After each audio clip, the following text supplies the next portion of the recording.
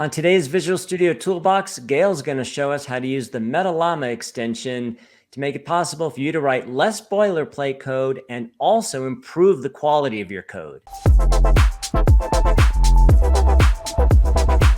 Hi, welcome to Visual Studio Toolbox. I'm your host, Robert Green, and today we're going to see how you can write less boilerplate code using Metalama, which is a new product from PostSharp.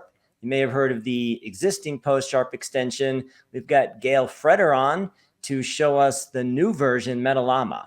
Hey, Gael, how are you? Hi, Robert. I'm fine, thank you. How are Thanks you? for joining the show.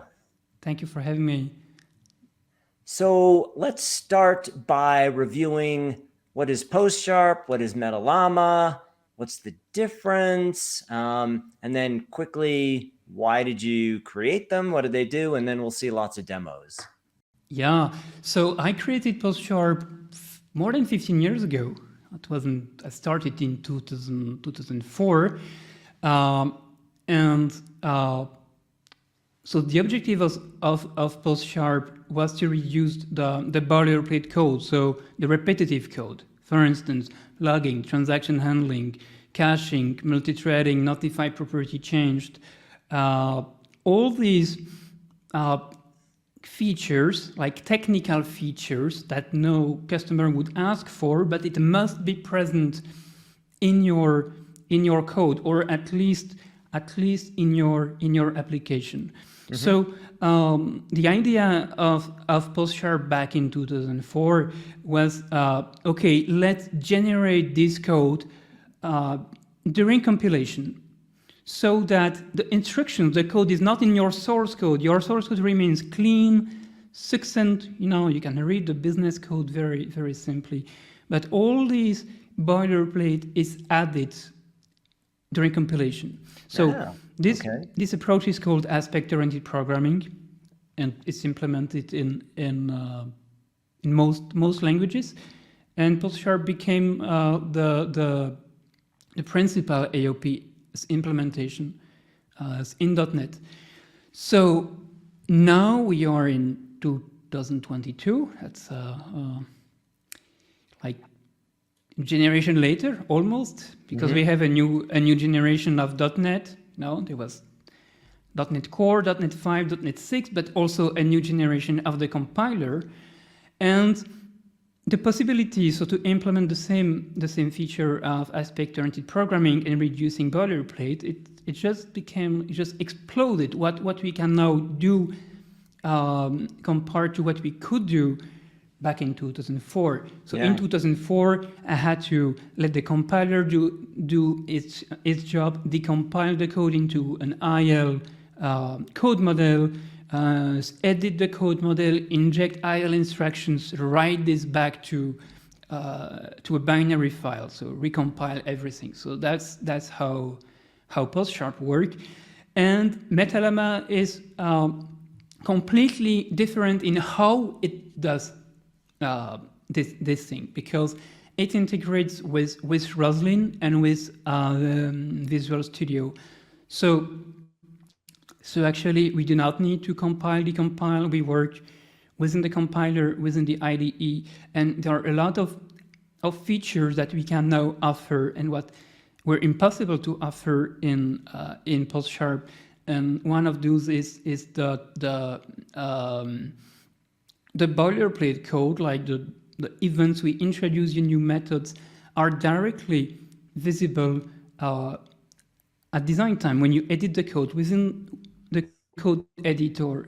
And this has been made possible thanks to source generators that were first introduced in a late release of Visual Studio 2019. Right. And this was a trigger. Telling now we can do that correctly, finally. We don't need to rewrite. Nice. Okay, cool. So let's see how it works. Yeah, let's switch to screen sharing. Thank you. And here I'm going to show the concept how it works in Metalama. So Metalama does the same thing as PostSharp, but the approach is completely different. There is almost nothing in common in the approach. And the concept of Metalama is a concept of template. And what you can see here is a template for logging. So when you want to log a method, typically you may want to log something before and something after. So you would do a try finally. In the finally block, you would write something. It's up to you. This is the definition of the pattern. So here you see that some code has a different background, and this code executes at compile time within the compiler or within Visual Studio, within the editor. So meta.target.method.toDisplayString is going to be replaced by the display string of the target method. So log attribute is a custom attribute. It can be applied to a method, and we have access to the code model representing the method at compile time. Meta.proceed is very magic. It actually calls the method that we are intercepting or that we are decorating. So since it's a custom attribute, I can just add this custom attribute to a method. Now, if I run this, I will run that program, and you see that I have the logging before and after, and then I have the main method. So that looks like magic. Actually, to understand better how it works, you may switch the build configuration to Llama debug, because we love llamas in Metalama. Everything is llama, so when there is a name we cannot figure out, we call this Llama debug. So now I'm going to step into F11. It needs to rebuild because it is a different build configuration. And this time, so instead of stepping into the source code, you see I'm doing step into here. I'm not stepping into the source code, but this is the code actually being executed. This is the transformed code. So you can see exactly what was being executed now. This was not possible with PostSharp because PostSharp was not able to generate C#. It generated IL code, and nobody wanted to debug IL. This is terrible. Now, if you want to preview the code without debugging that, you can right-click here, and you see that our Visual Studio extension added a menu here. Show Metalama div. This is a new menu item, and when you select that, we display on the left side, you see your source code. Mm-hmm. And on the right side, you see the code being actually executed. And to me, it is very, very important to make a difference between the source code and the executed code.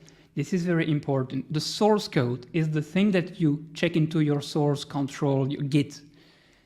This is what you actually pay for, because you need to write every single line. You have bugs there. You need to maintain that. But the executable code, it's actually what gets executed.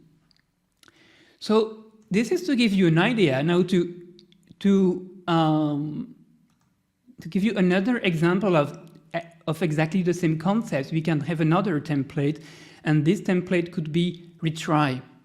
How do you retry a method? For instance, you have some method accessing a web client. You want to retry on timeout. So typically, you would do a for loop. Within the for loop, you would have a try, and within the try, we do proceed. Proceed calls the method that we are retrying or intercepting. Then we have the catch. And here I just added a small feature. You can see that within that template, I have a reference to a property of the custom attribute, which is set here to tree. And here I have a kind of fake method that actually remembers how many times it has been invoked. The first 2 times it will throw completely fake timeout exception. Otherwise, it will cause success. That's just so just to be clear, that log attribute, that retry attribute is the generated code. You've just included it in this project so we can see it, but you don't have to write any of that code, right? All you need to do is attribute your my method with retry or log. Is that exactly right? Okay. This is the point, because the point is that you are not going to log one method. You are going to log like 1,000 methods. That's this is why you would be willing to spend a couple of minutes or hours like learning the framework, because you're going to leverage that on thousands of methods. Right.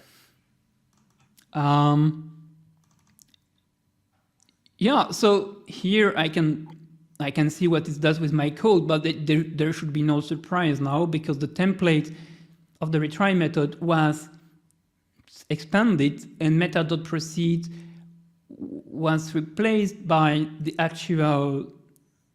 original implementation. And you see here that the value of the property attempts here, I've set that to 5, and you see that it was set to 5 because this is a compile time expression within my template. So cool.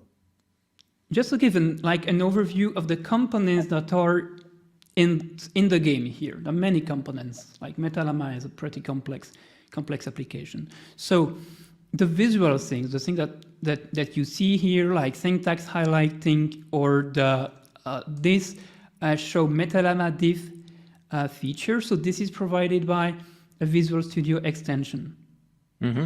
So this is just the UI, but the actual transformation of the code at compile time. So this is implemented as a fork of Roslyn. So we have a very shallow fork. We just add actually one concept. It is a source transformer.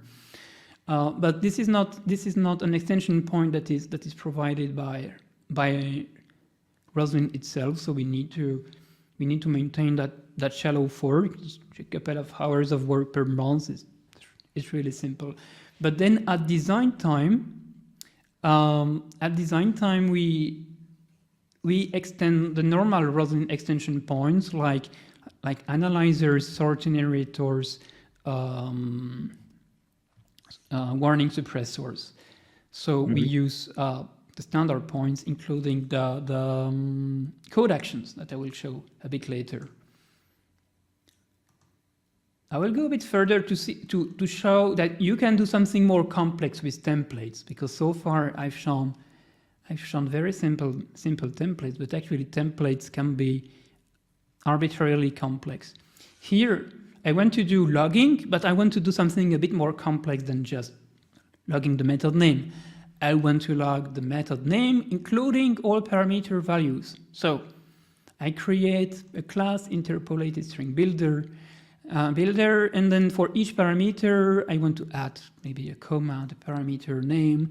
If the parameter kind is not out, then I will add the parameter value, and otherwise the out string. Okay, and then here is the real template. The code with black background is a runtime code, and here it uses it calls the compile time object string builder. So if I add this to the program class, I do diff, and I see that I have exactly what I wanted. The method name with all parameters. I can execute that, and I will get complex logging. Okay. So like templates can be very complex. Here is the result, because Metalama is able to understand what part of the syntax tree is compile time and what part of the syntax tree is runtime, and it does that with some inferences. So it knows that this class is compile time only. Therefore, this variable is compile time. Therefore, this statement is compile time. Mm-hmm. It knows that this expression is compile time only. You know, everything behind the meta magic keyword is compile time. So, okay, so this becomes a compile time for each. And so by inference, we actually know what is compile time, what is runtime. And here it's able even to differentiate within one single line that one part may be compile time and one part may be runtime. Okay. Okay. Another thing you can do, and that will show the integration with source generators, is that the aspect can add new code. Like that means so far we have seen the aspects that modify existing methods and add new statements into existing code, but aspects can actually also say introduce a property. Okay, so I can add this to an empty class, and so this is what was not possible before source generators. This property is available inside the editor. With PostSharp, this was not possible. So you could write. So can you modify the template? So right now ID is a GUID, but what if I wanted it to make a call to a service and do some calculations? Would I have the ability to edit the template? Yes, sure. You want a compile time service, or I guess a runtime service?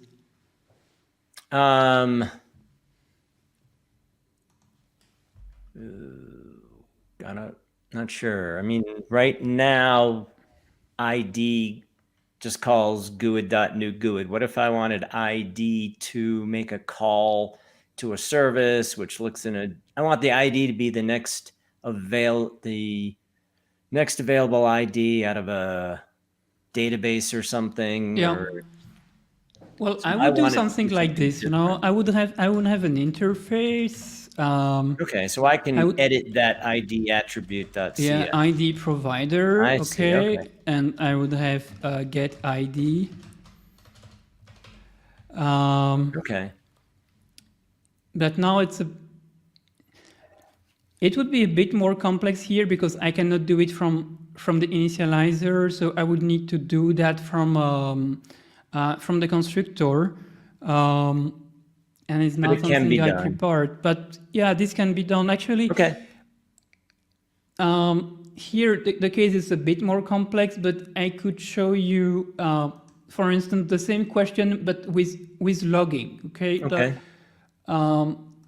So because my logging was trivial, because I logged to console, but what if I want to log to a service? Mm-hmm. I don't need to. Yeah, this is.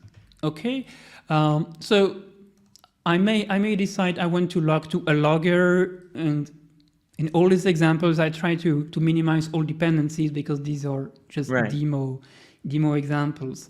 Okay, I can write to a logger, and what I would like to have is called logger.writeLine. Mm-hmm. So to do that. This is the template. I do meta.this._logger, and here I'm using the magic of dynamic typing in C#. That actually meta.this returns a dynamic type, so the C# compiler doesn't care too much about what is on the right of this expression. So I can put anything, and actually it generates the code that I want. Cool. Yeah, there are. So boilerplate generation is one use case. There is another use case I would like to show because many people actually like this, and this is validation of code. So for instance, here I have a method for test only. I really want this method only to be used in a test namespace because it is not designed for a production use case. And of course, I could do here, do not use. Okay, I could do that, but what I would like to do actually is to have a warning so that when I use that method from outside, I have this warning like llama 302. Oh, nice. Okay, so you can do that in Roslyn. It's complex, but you can do that. And here the same method call is actually not punished by a warning, but if I change the namespace, suddenly it is punished by a warning. So how do I do that? Well, these 20 lines of code. So I define a diagnostic. I say this is a warning, this is the diagnostic ID, this is the message template, and then within my build aspect. So build aspect is kind of the entry point of the aspect. And I say with the target of the aspect, I want to validate all references to the aspect with this method named validate reference. And then in validate reference, I check the name of the namespace, and it is just C# programming. That's awesome. And yes, I can change that immediately, and now if I go back here, you see it's immediately fixed. So this is a real design time experience. So you can do the changes immediately. Cool. And the last thing, so there are three pillars in Metalama. One is boilerplate reduction. The second is validation of source code, and the third is that you can create quite easily your own code fixes. And the story here is that I have an aspect ToString that generates ToString. Okay, so you can add the aspect ToString, and what it actually does when I show Metalama diff, it just generates the code for all properties. But I want to give the user the possibility to remove ToString from one method. So I imagine a not ToString attribute, okay? So inside my build aspect, inside my template, so this is the implementation of ToString. I create an interpolated string builder, and I'm going to take any field or properties that is not static and that is not annotated with not ToString. But that's not the problem I'm solving here. The problem I'm solving is how to make it easy for the user of my aspect, because the scenario for which Metalama and PostSharp is designed is large team. Like some customers have 200 developers on the same project, and it lasts for 5-10 years. So productivity is important. So I can do this. My aspect can do exclude from ToString. So I can suggest something from the aspect, and the logic that does that is actually just here. For each field that is not static, if the field does not already have this custom attribute, I suggest to add a custom attribute to this field. It's very simple. It's just 3 lines of code, and we add a suggestion. Now I would like to add another suggestion, and it is I want to make it possible for the user of my aspect to switch to a manual implementation of the aspect, because the developer may want to customize ToString, and maybe they don't want to rewrite all the code manually. So we switch to a manual implementation, and we can edit that. But now it is no longer an aspect. Actually, what we did is to use the aspect to generate source code. Let's look at the implementation of that. And the implementation is that we suggest a new code fix, switch ToString to manual implementation. And the implementation of the code fix is here. These 3 steps. We apply the aspect itself. We apply the aspect itself to the source code this time, and then we remove the ToString attribute and the not ToString attribute. So we can create suggestions and code fixes quite easily, much more easily than what you can do with the base rows in APIs. Great. Well, that's fantastic. These are the three features, the three pillars of Metalama is boilerplate code reduction. But sometimes it's not possible to reduce all patterns into automation. Like you still have a lot of semi-repetitive code, like things that is a bit different in every method. You cannot completely automate that, but you still want to validate that. Okay, so this is architecture validation, for instance. You can have visibility, like namespace, internal naming conventions, for instance. You want to validate things. And then you may want to suggest changes. So this is the flow. Fantastic. That is really, really awesome. So again, the extension we've been working with is Metalama, which is the successor to PostSharp, which is still available. But Metalama, as you've demonstrated, makes much better use of the new stuff in the compiler, as well as the source generation features, which we featured on the show a while ago. They're very, very cool. Where'd the name come from, Metalama?